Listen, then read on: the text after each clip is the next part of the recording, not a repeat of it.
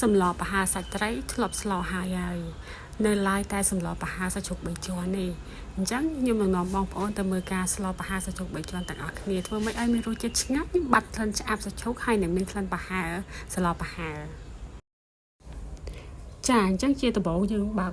ភ្លើងហ្គាសយើងមកហើយយើងដាក់ទឹកនេះខ្ញុំស្លតិចអញ្ចឹងខ្ញុំដាក់ផាជាទឹកផាតិចដែរផាជាមកកូនចានទូចល្មមណាចាខ្ញុំដាក់ទឹកប៉ុណ្ណឹងមកបានហើយចាអញ្ចឹងបន្ទាប់មកយើងបិទកំហុសទុកទឹកនឹងឲ្យពុះសិនចាអញ្ចឹងបន្ទាប់ពីពុះហើយយើងចាប់ផ្ដើមបង់មានដំបូងខ្ញុំមានមើលខ្ទឹមអញ្ចឹងយើងក៏ច្រាមើលខ្ទឹមមកកាពឹសសិនឲ្យវាមកហើយយើងដាក់ចូលក្នុងទឹកពុះហ្នឹងចាហើយបន្ទាប់មកទៀតយើងថែមជាមួយនឹងអំបិលម៉ត់ក៏បានអំបិលក្រួសក៏បានដែរតែដាក់បន្តិចសិនបានដែរក៏ខ្លាចវាប្រៃពេកអញ្ចឹងណាចាអញ្ចឹងបន្តមកទៀតក្រោយពីទឹកពុះហើយខ្ញុំបង់សាច់ជ្រូក3ជាន់ចូលហើយសាច់ជ្រូក3ជាន់ហ្នឹងយើងយកមកលាងទឹកឲ្យស្អាតហើយគេច្រាមឲ្យម៉ត់ទៅម៉ត់ទៅតាមដែរបងប្អូនចូលចិត្តម៉ត់តិចម៉ត់ខ្លាំងអីឬក៏ម៉ត់ផាយខ្ញុំក៏បានដែរចាហើយបន្តមកទៀតបងប្អូនបង់ប្រហុកក៏បានបង់ទឹកត្រីក៏បានដែរតែសម្រាប់ខ្ញុំបង់ទឹកត្រីវាចាប់ជាតិជាងប្រហុកដោយសារតែយើងផលជាមួយនឹងសាច់ជ្រូក3ជាន់អញ្ចឹងប្រើទឹកត្រីវាស័ក្តិសមជាងប្រើប្រហុកចាអញ្ចឹងបន្តមកទៀតខ្ញុំបង់ជាមួយនឹងប៊ីចេង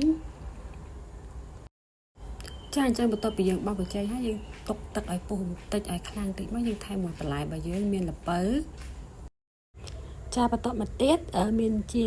បន្លែតឡានេះខ្ញុំយកជាតឡាខ្ចីណាអញ្ចឹងបានស្លទៅផ្អែមឆ្ងាញ់ចាអញ្ចឹងបន្ទាប់ពីយើងបង់បន្លែតឡាឆៃយើងអាចកូរវាតិចតួចទៅហើយបន្តមកទៀតយើងបង់ជាមួយនឹងស្លឹកគ្រៃហ្នឹងមុនបង់ញីវាឲ្យប្រហើរក្លិនស្លឹកគ្រៃសិនមកណាយើងដាក់មុនអញ្ចឹងដើម្បីឲ្យស្លយើងពេលដែលឆ្អិនទៅគឺធំក្លិនប្រហើរចក្ខៃល្អចាអញ្ចឹងបន្តមកទៀតបើសិនជាបងប្អូនមានបន្លែនោងអាចដាក់នោងបន្ថែមដូចខ្ញុំបានតែបើអត់ទេប្រើត្រឹមតែល្ពៅហើយនឹងតឡាចបានហើយចំពោះស្លបហានេះចង់ឆ្ងាញ់គឺយើងបងប្អូនសុំទោសបងប្អូនត្រូវប្រើល្ពៅខ្ចីហើយនឹងតឡាចខ្ចីហើយនោងក៏ខ្ចីដូចគ្នាដែរអញ្ចឹងបានស្លបហាយើងស្លទៅផ្អែមឆ្ងាញ់ហ្មងទៅផ្អែមចេញពីបន្លែចាអញ្ចឹងបន្តមកទៀតបងប្អូនត្រូវបង់គ្រឿងប្រហើរជាងគ្រឿងប្រហើរនេះវាមានខ្ជាយហើយនឹងរមៀតអញ្ចឹងពេលដែលបងប្អូនចង់បង់បុកឲ្យបង់ក៏បានធ្វើដូចខ្ញុំក៏បានដែរខ្ញុំក៏ច្រាមវាឲ្យម៉ត់ហើយខ្ញុំដាក់កន្ធាប់ប្រហុកហ្នឹងច្បល់មួយទឹកក្តៅហ្នឹងលើកចុះលើកឡើងហើយទុកត្រាំវាទុកមួយសន្ទុះដើម្បីឲ្យខ្ជាយហើយនឹង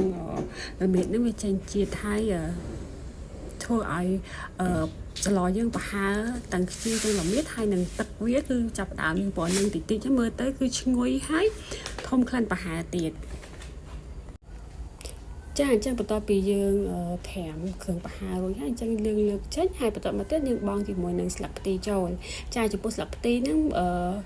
បងប្អូនប្រើផ្ទីដើមក៏បានផ្ទីស្លឹកក៏បានដែរមានរសជាតិឆ្ងាញ់ដូចគ្នា